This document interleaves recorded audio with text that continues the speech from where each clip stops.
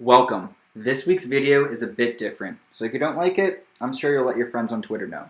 For those of you interested, I have a 2021 Ford Mach E.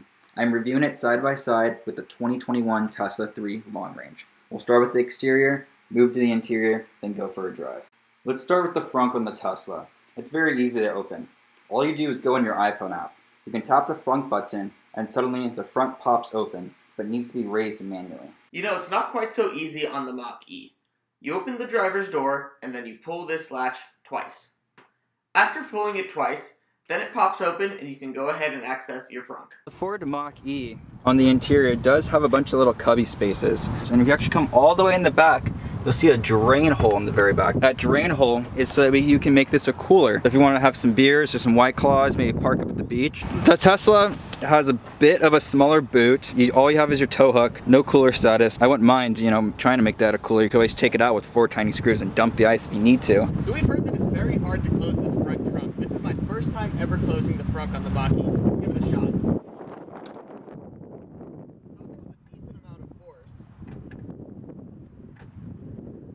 I thought Vivek was kind of joking about that, so I thought I'd give it a try. Okay, that's actually really heavy.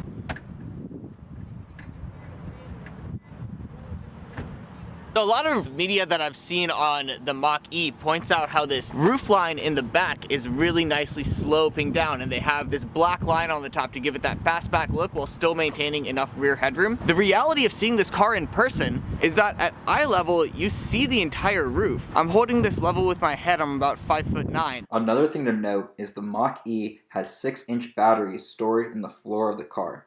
Even though the Mach E is a larger vehicle, due to these batteries, it has just 5.7 inches of ground clearance. That's only 0.2 inches more than the Tesla Model 3's 5.5 inches of clearance for comparison. Now let's compare the trunks of these two cars. On the Tesla, you can grab a handle under the trunk, or you can use the Tesla iPhone app to press a button that will open the trunk automatically. On the Mach E, there's 2 ways to do it as well. There's a button right under here, but it has this cool feature where as long as you're holding the key, if your hands are full or something, you can kick your foot right under the bumper and the trunk opens on its own. Once you're done loading or unloading everything in the trunk, kick it one more time and the trunk closes by itself. So here's trunk size. I have a Tesla Model 3, so it's a bit smaller. However, you got little room over here where you could put some stuff, but then there's this little magical flop where there's actually a lot more storage area down there. But that's the Tesla trunk. You can fold the seats down, nothing special. With the Mustang Mach E, the trunk size is what you would expect for a vehicle of this size. Depth is about average. There's nothing more than meets the eye. Underneath, I really did expect a little bit more space. Unlike the Tesla that has a giant compartment down here, this only has enough room to hold just the mobile charger and an air compressor pump. There's not much room for anything else. Unlike on this one, I can actually fit entire bags of luggage in that compartment. On the Ford Mach E, they do not have traditional door handles. They have this little wedge device right here with a button on top. The theory is that you're supposed to come in here with your fingers, grab this bottom part, and touch that with your thumb, and you should naturally be able to open the door. So now when you get to the rear, it's a little bit of a different story here. You have a button up here, but absolutely no handle on the door. So what we do is you push that button, and the door will actually bring itself out for you. And there's a little padded material right here where you actually can open the door from there. So here's the padded material. It's a little awkward because you have to come up here and push the button and then move your hand down here, because I would naturally want to grab it maybe up here, but you can't. There's a solid bar here. So now you're probably wondering, how do I not pinch my fingers on this door? If you push the button, the door opens. If I push on the door as hard as I can, it actually does not close, because it will not close until I actually grab it. It will unlock, and then I can close it again. Now that we've seen the exterior of the car, let's step onto the inside to review how the interior looks. For interior, the car does have one USB-C port and one USB 3.0 port. It does have wireless charging, however, only the driver's side is a wireless charging mat. Next, the car has 2 cup holders, a little area compartment underneath here, as well as an armrest. If you pop the armrest up, there's more storage area down here with your 12 volt. Right here, this is your dial, park, reverse, neutral, drive, and a button for low. One thing to note on getting out of the car if your arms are on the longer side, your elbow is going to be hitting this back area before your fingers can grab this door handle very well. I have just about as long of an arm as you can have while still being able to comfortably open this door. You can put your fingers before and after, so you put 2 fingers in and you just pull it all the way back. And then it's like an actuator to open the door. The rear legroom is about equal to the Tesla Model Y, with room to comfortably fit 3. When you first turn the vehicle on, this is the screen you're greeted right in front of you.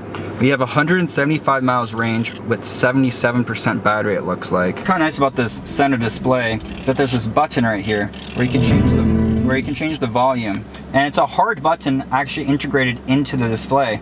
I can push it. And it's kind of fun to push.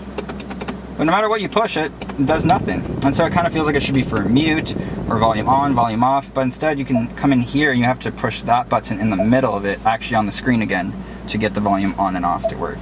What's really kind of nice about this car though is that you can go through different driving options and menus. Let's see if I can figure that out.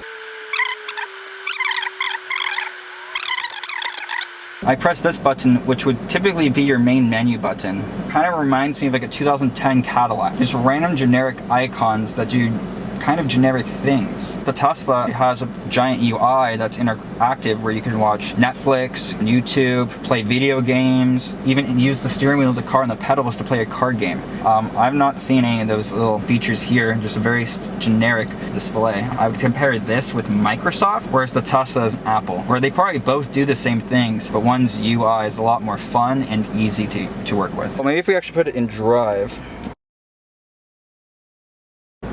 Oh, we can hit the car icon. There we go, boys. So we have engage, whisper, and unbridled for those who want to unlock it all. You could also turn on and off one pedal drive. If you want to use the brake, have it drive like a normal vehicle, like an ICE vehicle. Or if you want to regen brake, you can have one pedal on. Propulsion sound is also really interesting. I'll show you that now. See, when you accelerate, it makes the car sound like it has a gasoline engine. We're starting at about 37 miles an hour right here. I'm going to push the pedal all the way. Alright, first impressions, I will admit, it feels like a stock V6 Mustang. Yeah, it pushes you back in the seat a little bit. It has that instant torque of an electric car. It does. But overall, starting at those speeds, it doesn't feel fast. The Tesla definitely has a bit more bite on the acceleration. It feels like the naturally aspirated V6 Mustang. This is only the single motor version. However, they are going to come out with a dual and triple motor version. See what it has in terms of driver assistance. Driver assistance, you got auto hold, which basically means that it will hold the brake for you at red lights, and traction control. And those are our only driver assistance.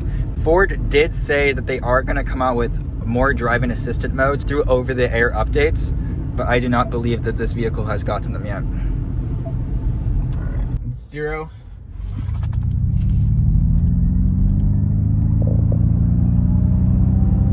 There's 60. Well, that was actually the smoothest 0 to 60 I've ever done.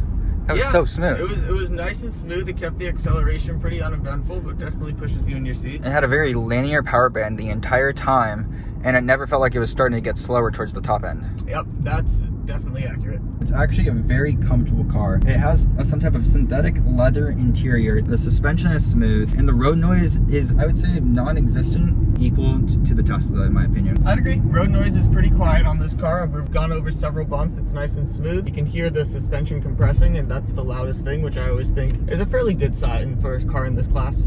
They do actually have a 360 visualization here. If we come up next to my Tesla, over here on the right, we can actually see the Tesla at 360 next to us. I really do like the 360 all around. Elon Musk has always talked about possibly releasing software similar to this, but he has not done it so far.